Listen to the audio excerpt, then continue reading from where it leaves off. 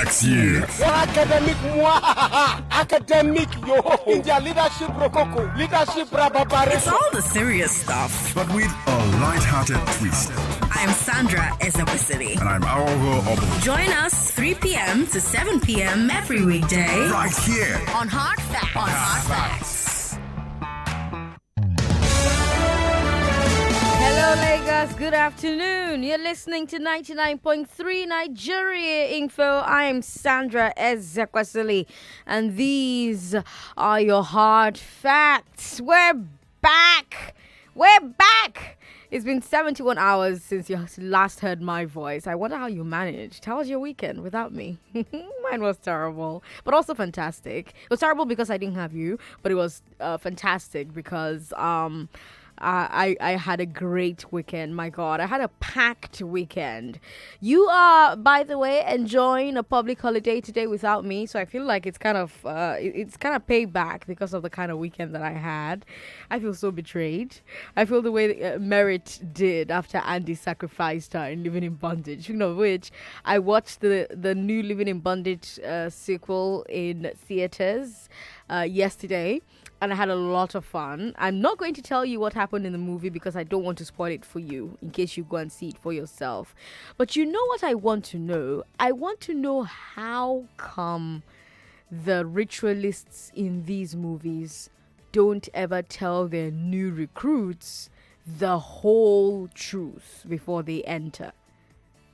Like, that's something I always wonder about. You know, why don't they tell them, oh, your child that you use for sacrifice will hunt you, or your wife will hunt you? Why? It's like Andy said, and Andy's son in the movie said as well, why don't they explain it to them properly? They'll hide the most important fact from them until there's no going back. And then they tell them, by the way, you have to sacrifice your daughter. We forgot to tell you. And you're like, this information I could have used yesterday.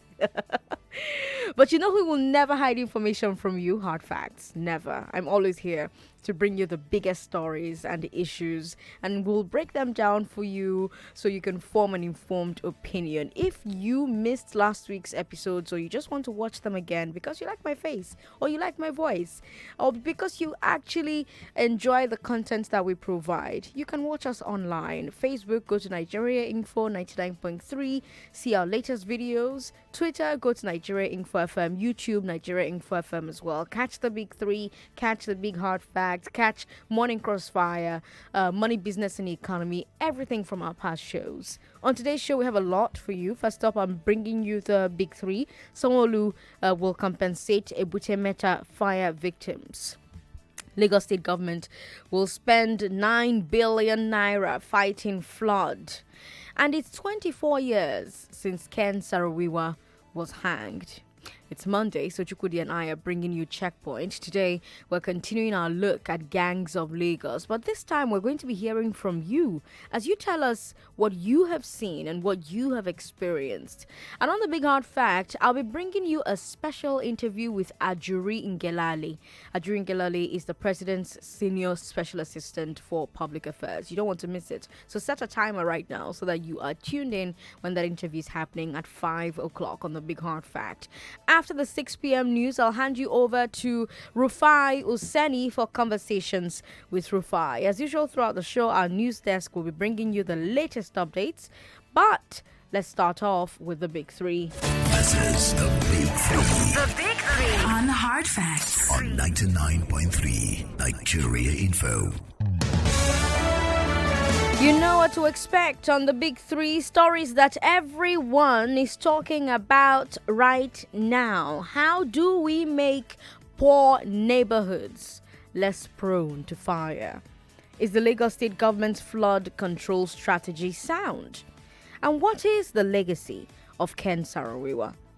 Let's get into these stories. Lagos State Governor Babajide Sanwo-Olu has sympathized with the residents of Okobaba in Ebute Metta after a fire engulfed their entire community on Friday.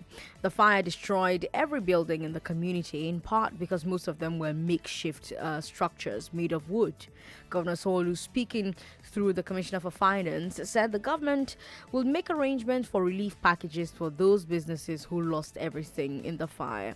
The Commissioner also said government will rebuild the community but promised its members that they would not be displaced after the reconstruction. There was also another fire earlier this morning, and that fortunately was quickly contained. Yet another fire. We're still reeling from the fires on the island early last week when this fire struck on the mainland on Friday, and then the one that happened this morning. And just like with the island fires, you had poor construction contributing to the fire here. With the island fire, the problem was that the buildings were too close together for the fire services trucks to get through. With this Ebutemeta fire, the problem was that the buildings were made of wood. So the fire just swept through all of them. Now, this is a very poor community. That's the reason why you had buildings made of wood. Remember 2 weeks ago on the Big Hard Fact, we talked about Lagos as a future city, as a smart city. And one of the points that my guest kept making was the infrastructure in Lagos. He kept saying that the infrastructure in Lagos does not do enough for the poor and for the informal sector. So, for example, when we talk about low-cost housing, we're not really talking about housing that low-income earners can afford. No, it's the lower middle class that can afford the so-called low-cost housing. The poor have to use wooden planks to build their houses. And when there are fires, this is what we see. But what's the solution?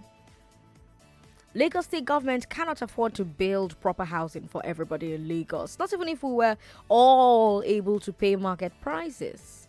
So the question then becomes, what happens to the hundreds of other Okobabas in Lagos? What happens in all these other poor communities with makeshift housing that does not meet the standards? What are we as a society and our government going to do about neighborhoods that are fire hazards? Some people will say, oh, nothing can be done. They will say people in those communities will not trust the government to come in and relocate them, even if it's just temporarily, so that they can renovate the area. But some other people will say we've seen examples in the past where government came in to renovate a neighborhood, but when they were done, they did not let the original residents come back. There are no easy answers. That's the thing. But I want you to think about this for a bit and talk to me. These slums, these lower income neighborhoods have serious fire hazards because of the use of wood. How do you think government can help prevent fires in these places without displacing the people? If you were a government advisor, and here's the thing, the government listens to Nigeria Info. So if you were a government advisor, how would you suggest that these slums and these lower income neighborhoods that are serious fire hazards prevent fires? How can government help prevent fires in these places without displacing the people?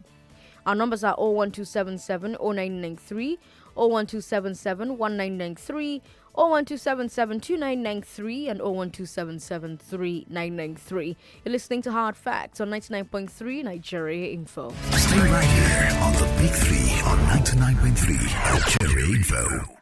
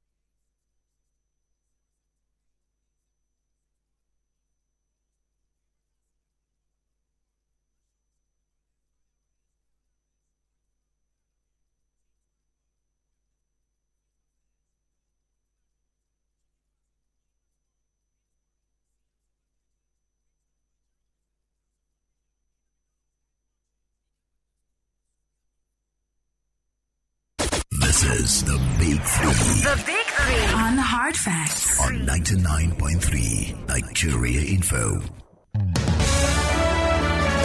Happy holidays, Lagos. Sandra Ezekwesili, your host, is here while you are holidaying, and I'm so envious.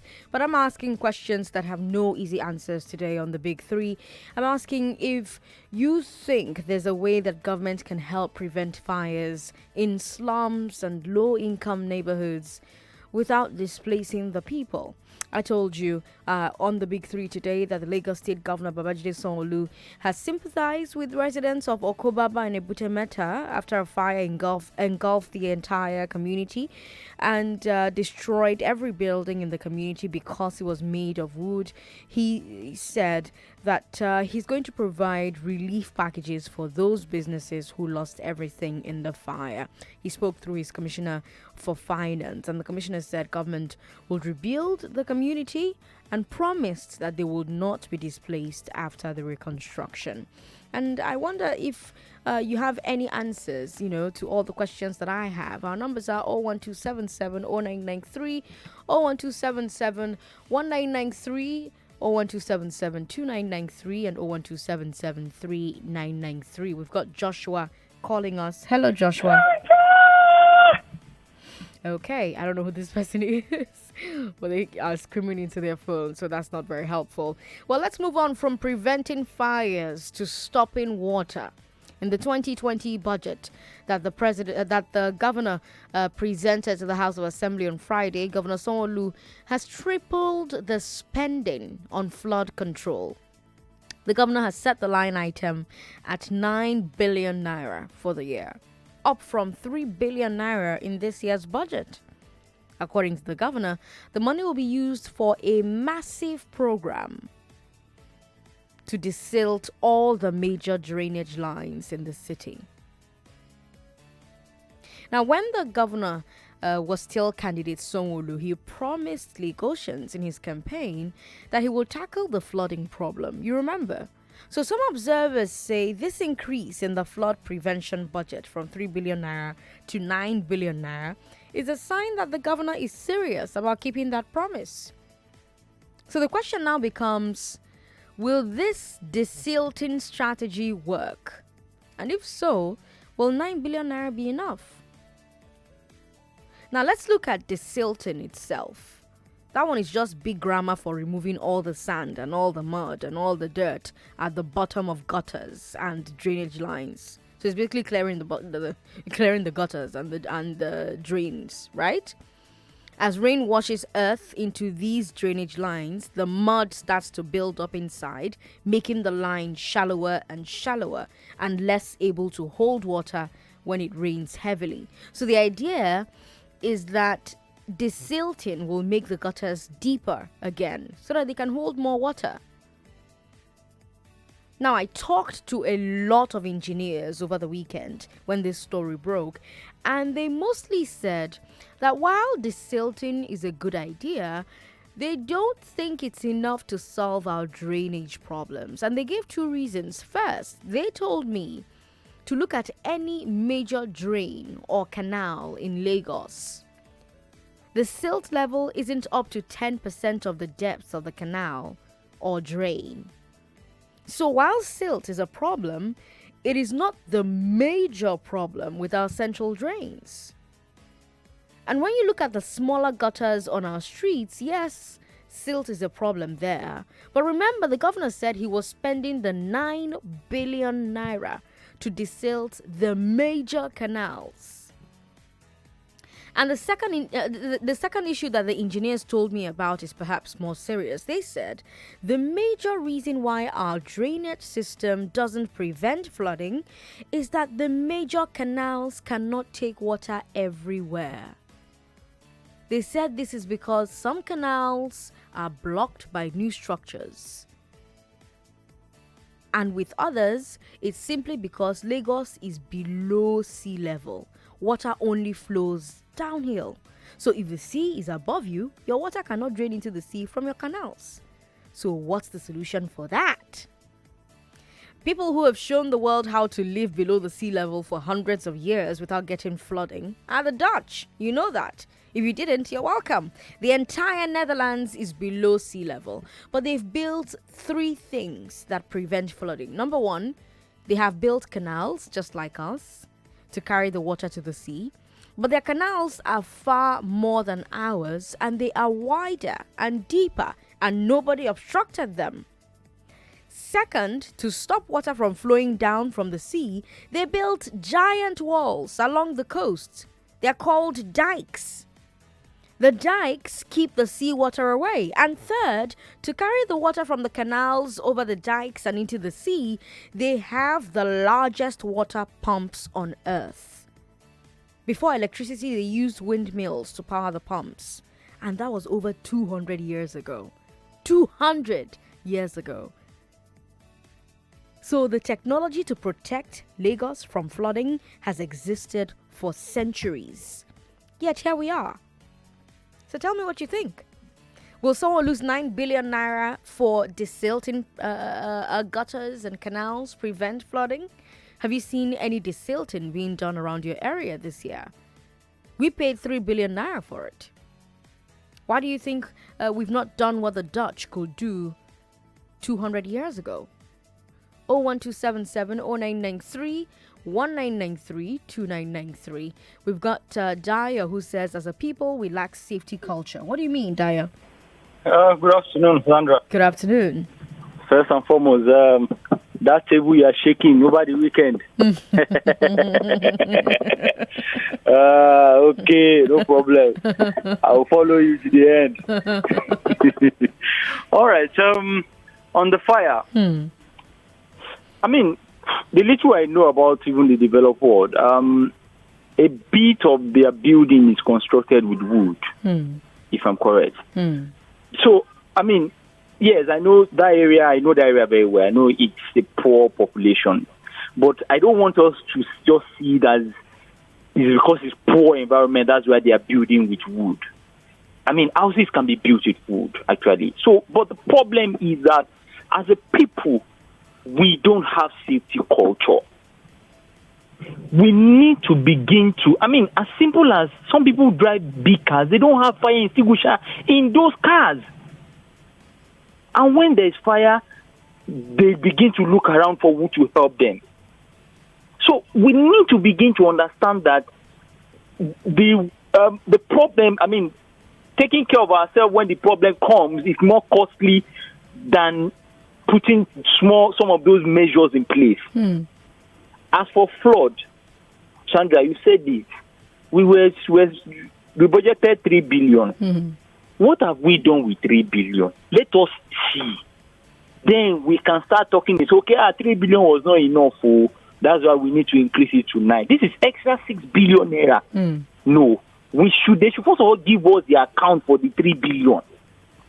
So that we can then be sure that, okay, even this 9 billion is too small, it can't be enough. Because see what 3 billion was able to do. 3 billion was able to do just 20%. It means that extra 6 billion will do 60%.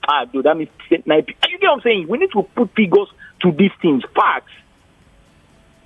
Thank you, Sandra. Thank you, Daya, for calling. It's always a pleasure to hear from you. Let's see who else we can talk to on the show today. 01277 0993 01277 1993 2993 3993. Why do you think we've not done what the Dutch could do 200 years ago? I told you that the entire Netherlands is below sea level. This one is only Lagos, but this one a whole country under sea level. And they've built 3 things to prevent flooding. First, they built canals, just like us, to carry the water to the sea.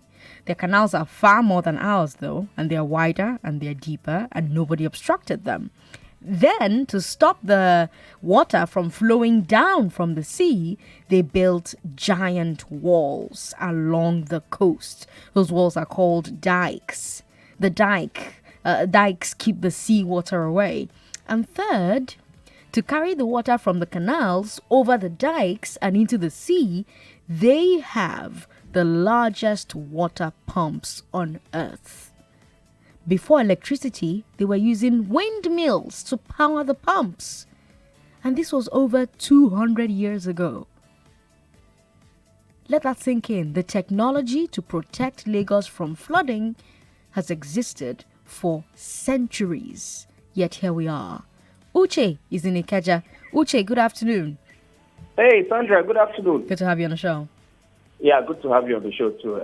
Sandra, sometimes when you guys in the media make some of these comparisons with Nigeria and the Western world, it really gets me.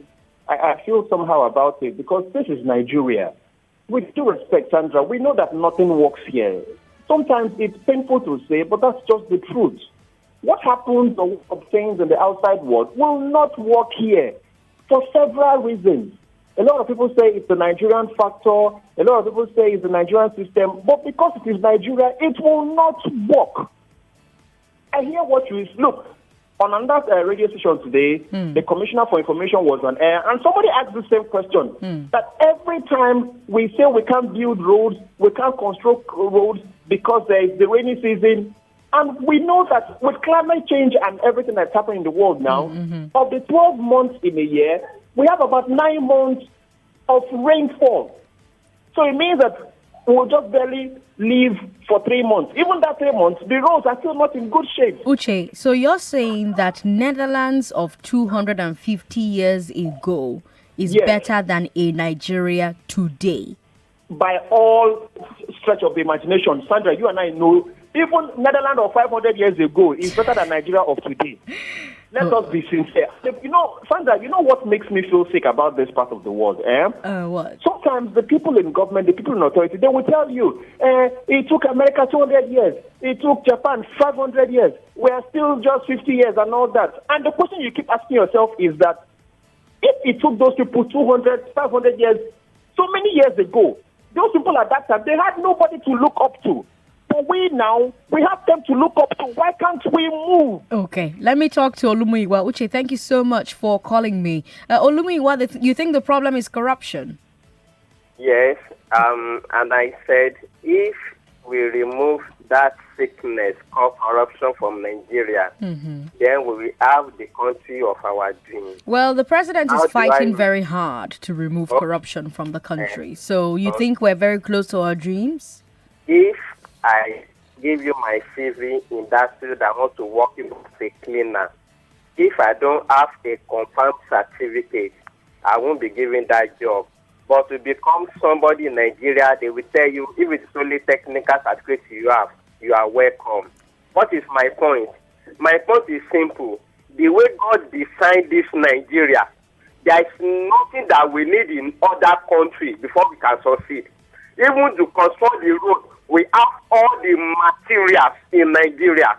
So when the corruption is removed from people that call themselves our leader, then we have the country of our dreams. All right, Olumuyiwa, thanks for calling. Ezedum wants to urge the governor to do more. Ezedum, good afternoon. Hello, good afternoon, Sandra. Yes. Thank you very much. I am Ezedum from Surulere. Okay. I believe that if government is open, unfortunately, Ezedum, your line is breaking up. Call back if you can. Our third story is a look back into our history. 24 years ago yesterday, in 1995, Ken Saro-Wiwa and the rest of the Ogoni 9 were hanged at Port Harcourt prison. This was after they were found guilty by a special tribunal of inciting the murder of 4 other Ogoni leaders, including Edward Kobani. The trial has been condemned by human rights activists, foreign governments, and international organizations like the Commonwealth. They claim the trial did not follow due process and that the accused were not given full opportunity to defend themselves. Saro-Wiwa was one of the leaders of the movement for the survival of the Ogoni people, MOSOP. They were agitating against the degradation of the environment in Ogoni land due to oil exploration. I think history is important, and if you know me from this show, if you've listened to me at all on this show, you'll know how much I love history. And I think a few things need to be said about Ken Saro-Wiwa's trial before we go forward. Some of his lawyers are still with us today. Femi Falana is alive. Olise Agbakoba is alive. Sam Amadi, also alive, and they have stories to tell. Some of his other lawyers have passed on, Gani Fahimi, Oronto Douglas, but all of them said that they were denied access to their client. Femi Falana and Oronto Douglas said that soldiers beat them up anytime they attempted to consult with their client in jail. Finally, the pressure and the assaults and the obstacles became too much for his lawyers, and they said it is impossible to practice law in these conditions. And so they withdrew from the case. But did the Abacha regime ensure the Ogoni 9 got new lawyers? No. They were forced to continue the case without lawyers and defend themselves. Meanwhile, after the trial, some of the witnesses who testified against Sarawiwa came forward to say their testimony was false. They claimed to have been paid by members of the military regime and some of the oil companies. But this was after the fact. The Ogoni 9 had already been hanged. Sarawiwa was already dead. His last words before he was hanged were, "Lord, take my soul, but the struggle continues." So now, 24 years later, we look back on that struggle and the life and legacy of Ken Saro-Wiwa. He was struggling for an end to environmental degradation in Ogoni land and the Niger Delta because of oil. Today, we have the Ogoni Cleanup Program, which has been the source of a lot of controversy, with supporters of the government saying, oh, it's going on smoothly, and opponents are saying no serious work has been done.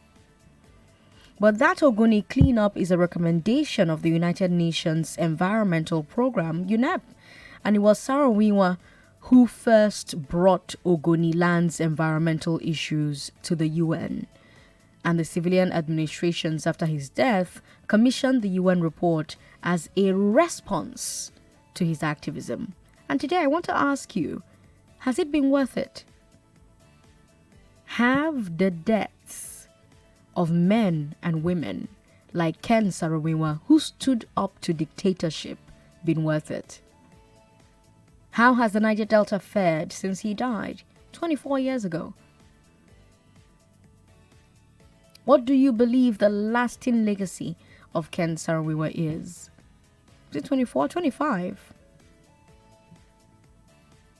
What do you believe the lasting legacy of Ken Saro-Wiwa is? 01277 0993, 01277 1993, 01277 2993, and 01277 3993. Now, when you call me, please be very, very civil. If I see that you're going off point, I'm going to cut you off. And yes, when you call, you can talk about any of the stories on the Big Three today. Remember that I told you on the Big Three that the governor of Lagos State has said that he'll compensate Ebute Metta fire victims, and Lagos State government is going to spend 9 billion naira fighting flood. And it's 24 years since Ken Saro-Wiwa was hanged. Austin in Lekki, good afternoon. Sandra, good afternoon. How are you? I'm fine, and welcome on board. Thank you. How was your weekend? Good, very, very good. How was yours? Fantastic. May the souls of King Saro-Wiwa and the rest of them that fought for the struggle for Ogoni land continue to rest in peace. It is quite disheartening that up to now, nothing is happening. Even when Vice President has gone there to commission the project for the cleanup, nothing is virtually going on. And the people, where we are getting milk and honey that is carrying this Nigeria on daily basis, the people are languishing in abject poverty, and our government are doing nothing, including the oil companies. Their headquarters are nowhere to be found there, and nothing is going on. For how long shall we continue to? For how long shall the people continue to live in their own land like as if they are slaves? I am begging the federal government, because I don't want to shout, because the problem in this country is getting me pissed off. And when we talk on this particular program, nothing seems to be happening. I am begging the federal government to please have a sense of humor on those people that are living there, so that the souls of those people that fought for this particular liberation will continue to rest in peace, and they will be happy over there. That is my humble submission. Thank you. Thank you, Austin, for calling and making it. Remy in Aghogho is also calling us. Hello, Remy. Welcome. Good afternoon, Sandra. Good afternoon. Yeah. I said the death of Sariwa, to me, and the way things are, it's like they died in vain. I could recall the day they were killed. I was in primary school then. Okay. The nature of things around me, I could recall how people reacted. Even they couldn't go on the street to react. And I could recall, what was this man's name?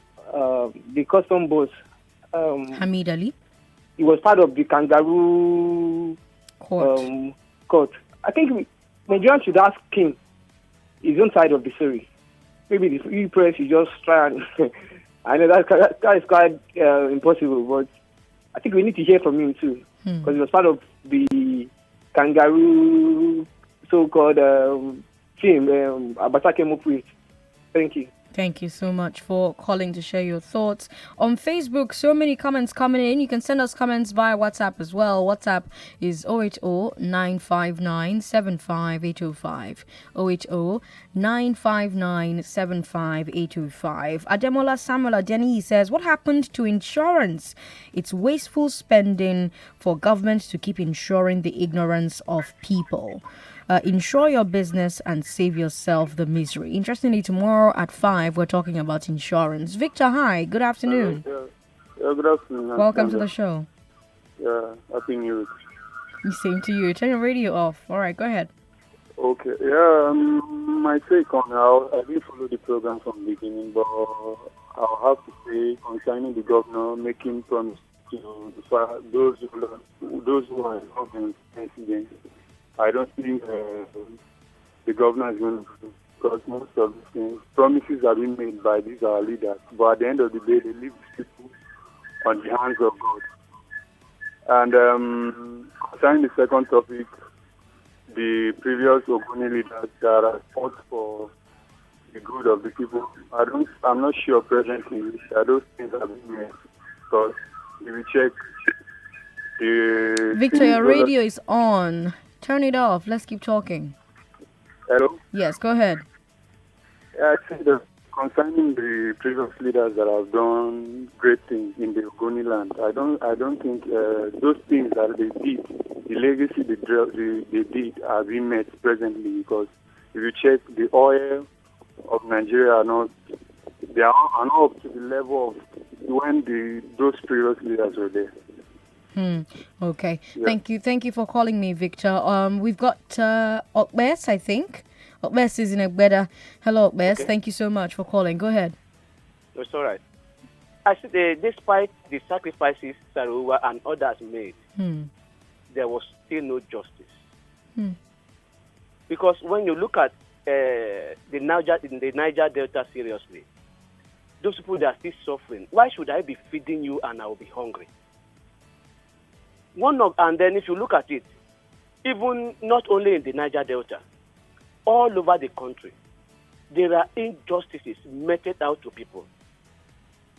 You see, I don't know when somebody will say, like this Molud, and I said, we preach for peace, we preach peace. You can't preach peace. You act for peace to reign. Where there is impunity, where there is injustice, peace can never come there. Peace can never prevail. So that is the thing. They fought for something good for the land. They were killed. Look at everywhere. Look at journalists being dealt with everywhere.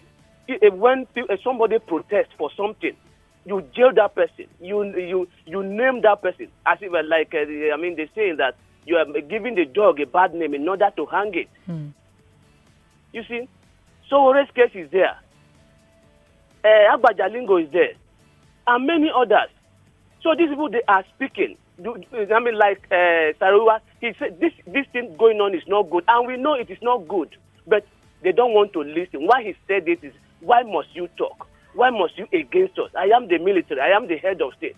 Today, yes, I am the president. I am the governor. Why must you say this? Why must you say that? So those things are still going on. When it happened to Saruwa and people said, okay, this thing that happened, it was wrong. And there's a change of mind. There is a change of things. And then since then they said, okay, there is no problem again, no fighting again, no corruption again, no silencing the voices of the people again. Because if people didn't talk, you don't know how they are feeling. And if you are a good person, if they talk, you find out why they are talking. Then if what they are saying is reasonable, you try to find solution to it and there will be peace. So that is the thing. Sandra, I must thank you very much before I go for all this program you are doing, and then God is going to strengthen you and then give you more wisdom to continue in this fight. Because I must tell you, this one you are doing is the same fight. What Saruwa did is the same thing you are doing. Okay. This is your own way of doing it. Okay, thank you. So that is my belief. So continue in the good job and God is going to strengthen you. Bless you as well. Thank you so much for calling me up, Bess. Back to Facebook where we have a few more comments. Don't forget WhatsApp available as well. WhatsApp is 080-959-75805. 080-959-75805. I'll take one comment from Facebook, one comment from WhatsApp, and that will be the end of it. Okay, so someone just says this is Nigeria Info, we're listening. Okay, thank you for sending that across. And then on Facebook, we have a lot of people just telling me that they're listening to the show. I'd prefer that you actually leave us actual comments on your thoughts on the various stories. Coming up at 4 is Checkpoint. And today on Checkpoint, we're going to hear your various experiences with gangs in Lagos, what you call cults, gangs, really. That's what they are. And we want to hear your personal experiences with those, because last week, Monday, when we talked about it with the PRO Zone 2 and a data miner, an intelligence firm on the show last week, you were not able to join the conversation and you had so much to say, so much to share. And today, we're going to give you a chance to do all the talking. I'm Sandra Ezekwesili. This is 99.3 Nigeria Info. 99.3 Nigeria Info.